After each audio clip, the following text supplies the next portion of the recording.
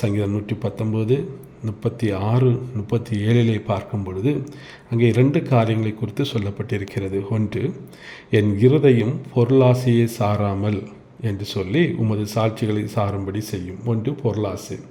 2வது ஒரு காரியம் 37வது வசனம், மாயையை பாராதபடி நீர் என் கண்களை விலக்கி உமது வழிகளில் என்னை உயிர்ப்பியும் என்று அவர் கேட்குறார். அப்போ இந்த 2 காரியமும் அவருக்கு மிகவும் டிஸ்டர்பன்ஸாக இருந்திருக்கு. எதுக்கு?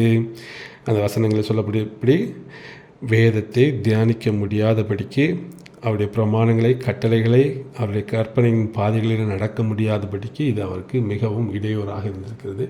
அதனால் ஜபத்திலே கேட்கிறார்.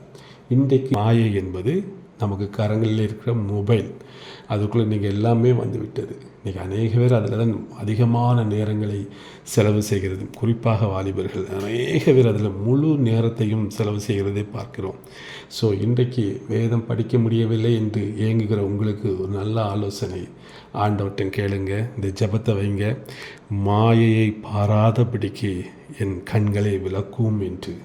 அப்போ இன்றைக்கி மாயான காரியங்கள் அநேகம் இருக்கிறது.